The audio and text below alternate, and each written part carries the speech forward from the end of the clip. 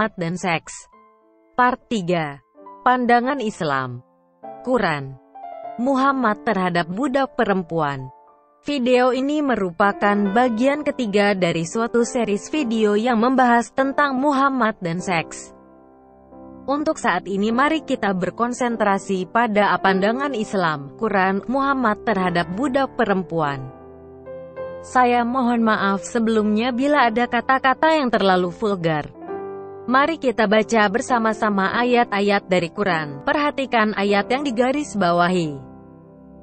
Surah 33 ayat 50. Hai Nabi, sesungguhnya kami telah menghalalkan bagimu istri-istrimu yang telah kamu berikan mas kawinnya dan hamba sahaya yang kamu miliki, yang termasuk apa yang kamu peroleh dalam peperangan yang dikaruniakan Allah untuk kamu.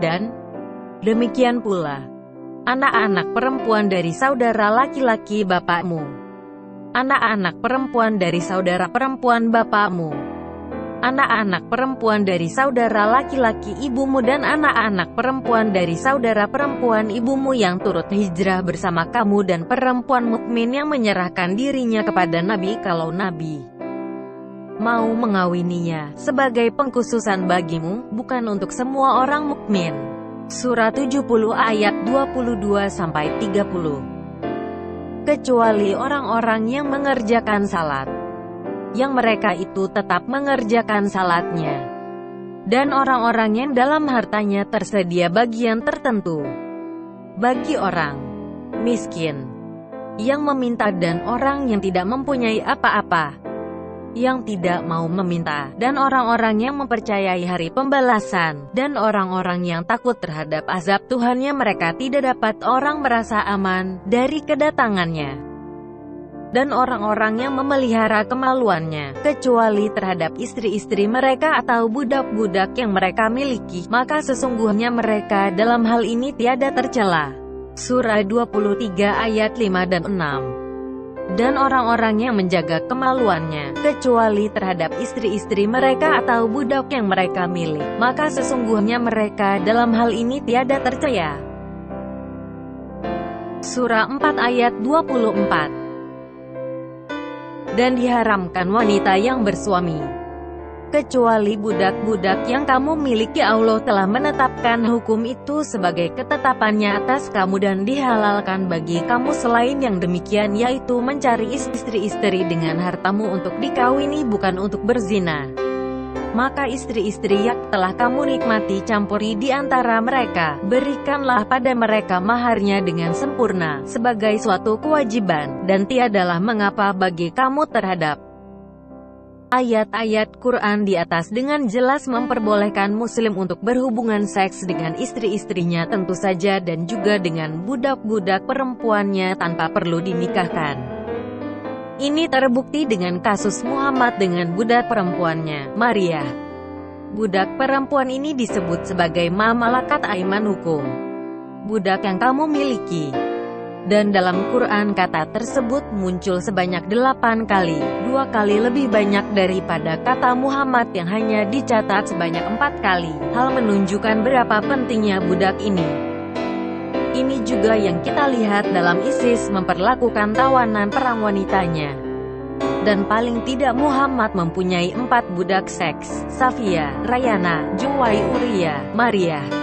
Dalam Sahih Muslim volume 2 nomor 3432, dijelaskan tentang bagaimana asal-usulnya ayat-ayat tersebut. Telah menceritakan kepada kami Abu Sa'id Al-Khudri bahwa pada saat perang Hunain, Rasulullah Shallallahu Alaihi Wasallam mengirim ekspedisi ke wilayah Autas.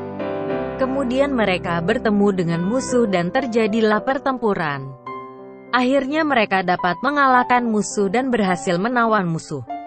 Di antaranya adalah tawanan wanita. Seakan-akan para sahabat Rasulullah Shallallahu Alaihi Wasallam keberatan menggauli mereka, karena mereka memiliki suami-suami yang masih musyrik. Maka Allah menurunkan ayat mengenai hal itu, dan diharamkan bagi kamu mengawini wanita-wanita yang bersuami, kecuali budak-budak yang kalian miliki. Allah telah menetapkan hukum itu sebagai ketetapannya atas kamu. An-Nisa ayat Hal senada juga dikatakan dalam Sunan Abu Daud volume 2 nomor 2150, Sahih Bukhari volume 3 buk 34 nomor 432 atau 2007, Sahih Bukhari volume 9 buk 93 nomor 506 atau 6860. Bahkan puluhan hadis Sahih Bukhari volume 9 buk 93 nomor 506 atau 6860. Bahkan puluhan hadis pun lainnya menyatakan hal senada di mana kaum muslim diizinkan untuk melakukan hubungan seks dengan budak perempuannya. Telah menceritakan kepada kami Ishak, telah menceritakan kepada kami Affan, telah menceritakan kepada kami Wuhaib, telah menceritakan kepada kami Musa yaitu Ibn Uqbah, telah menceritakan kepadaku Muhammad bin Yahya bin Hibban dari Ibn Muhairis dari Abu Said Al-Khuzri saat perang Bani Mustalik, bahwa para sahabat mendapatkan para tawanan wanita, dan mereka ingin menikmatinya, jima, namun tidak menginginkan para tawanan wanita itu hamil.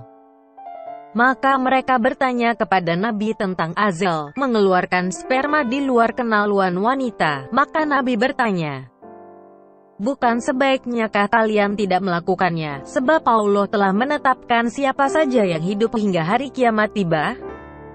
Sedang Mujahid berkata, dari Kazah aku mendengar Abu Said berkata, Nabi Shallallahu Alaihi Wasallam bersabda, tidaklah manusia yang dicipta melainkan Allah lah yang menciptanya.